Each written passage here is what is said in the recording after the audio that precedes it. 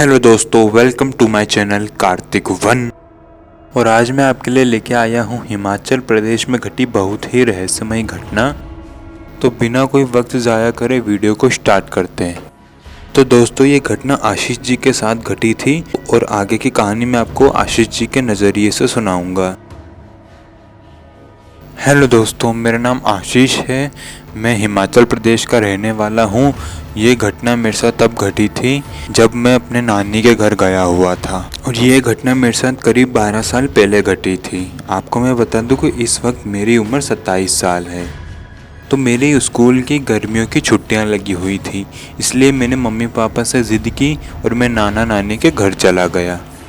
और जब मैं अपने नाना नानी के घर जा रहा था तब मैं बहुत खुश था, क्योंकि मैं उनसे पूरे 2 साल बाद मिलने जा रहा था।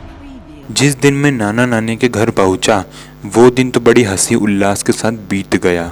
लेकिन जब मैं रात में अपने कमरे में सोने गया तब मेरे साथ ये घटना घटी थी।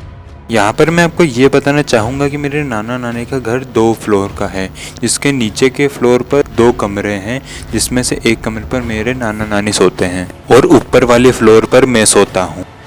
जब मैं अपने कमरे में सोने गया तो मुझे अपने पीछे से किसी के हंसने की आवाज़ आई, लेकिन वो आवाज़ क्लियर न होने की वजह से मुझे लगा मेरा वहम है। मैंने इस बात को इग्नोर किया और मैं बहुत ही ज़्यादा थका हुआ था, इसलिए अपने बिस्तर पर जाके सो गया। रात करीब 1:30 बजे मेरी नींद खुली। मुझे बहुत ही ज़्यादा ज़ोर से टॉयलेट आ रही थी, इसलिए मैं नीचे गया और टॉयलेट करके वापस अपने बिस्तर पर आ गया। बिस्तर पर आने के बाद मैं अपने सोने की कोशिश कर ही रहा था कि मुझे सीढ़ियों पर किसी के चलने की आवाज़ आई और मुझे किसी की परछाई भी दिख रही थी। मुझे लगा शायद नाना चेक करने आए हैं कि मैं ढंग से सोया कि नहीं, इसलिए मैंने इस बात को इग्नोर किया। फिर मुझे अचानक से नींद आने लगी, फिर मैं सो गया। अगले दिन जब मैं उठा तो मैं अच्छी तरह से नहा धो के तैयार हो गया और नाश्ता करने बैठ गया। मैं नाश्ता कर ही रहा था कि नाश्ता करते करते अचानक से नाना मुझ पे चिल्लाने लगे। नाना कह रहे थे कि तुम रात भर सीढ़ियों पर क्यों चल रहे थे, तुम्हारा दिमाग खराब था क्या? फिर मैंने नाना को कहा कि नाना, मैं रात में सीढ़ियों पर नहीं चल रहा था, मुझे तो बहुत नींद आ रही थी और मैं सो भी गया था। फिर मेरे नाना ने कहा, झूठ मत बोलो, मुझे पता है तुम ही रात में चल रहे थे। इसके बाद मैं चुप हो गया, क्योंकि मैं नहीं चाहता था कि मैं नाना से और डांट खाऊं। फिर अगली रात जब मैं सोने गया तो मेरे साथ वो घटना फिर से घटी। सीढ़ियों पर कोई चल रहा था, लेकिन इस बार मैंने ठान लिया था कि मैं पता लगा के रहूंगा कि वो कौन है, जिसके वजह से मुझे डांट पड़ी थी। फिर मुझे मेरे पीछे से किसी के हंसने की आवाज़ आई। वो हंसने की आवाज़ बहुत डरावनी थी। वो हंसी की आवाज़ सुनने के बाद मैं इतना डर गया कि मैं वापस से अपने बिस्तर पर जाके अपने कंबल में एकदम दुबक के छिप गया। मैंने पूरी रात जागते हुए काटी और पूरी रात मुझे वो हंसने की आवाज़ लगातार आ रही थी।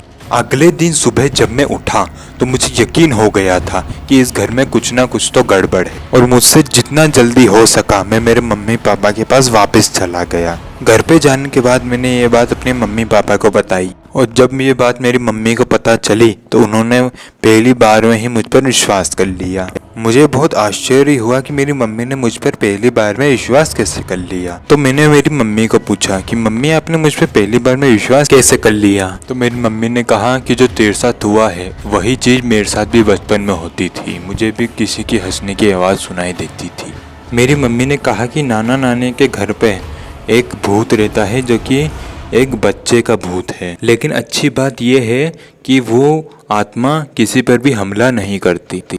आगे मेरी मम्मी ने बताया कि उन्हें ऐसा लगता है कि शायद वो बच्चे की आत्मा अकेली है और वो चाहती है कि कोई उसके साथ खेले, इसलिए शायद वो आत्मा सिर्फ बच्चों को सुनाई देती है। मेरी मम्मी ने बताया कि उन्होंने कई बार नाना नानी को ये बात बताने की कोशिश की थी, लेकिन नाना नानी ने आज तक इस बात पे कभी यकीन ही नहीं किया कि उनके घर में एक आत्मा है। और उस दिन के बाद मैं नाना नानी के घर कभी भी नहीं गया। तो दोस्तों, यही होती है वीडियो ख़त्म। मैं जानता हूँ दोस्तों, वीडियो थोड़ी सी छोटी है, इसलिए मैं आपसे बहुत बहुत माफ़ी चाहूँगा। लेकिन दोस्तों, मैं आपसे वादा करता हूँ कि कल की वीडियो में मैं आपके लिए ऐसी कहानी लेकर आऊँगा जो कि आपने पहले कभी सुनी ही नहीं होगी, और वो कहानी एकदम असली होगी और रहस्यों से भरी हुई होगी। तो दोस्तों, ये वीडियो अगर आपको अच्छा लगा हो तो वीडियो को लाइक कीजिएगा, शेयर कीजिएगा। ऐसे ही रहस्यमय वीडियो देखने के लिए मेरे चैनल को सब्सक्राइब कीजिएगा। नीचे कमेंट करके बताइएगा वीडियो कैसा लगा। मिलते हैं अगली वीडियो में, तब तक के लिए जय हिंद जय भारत।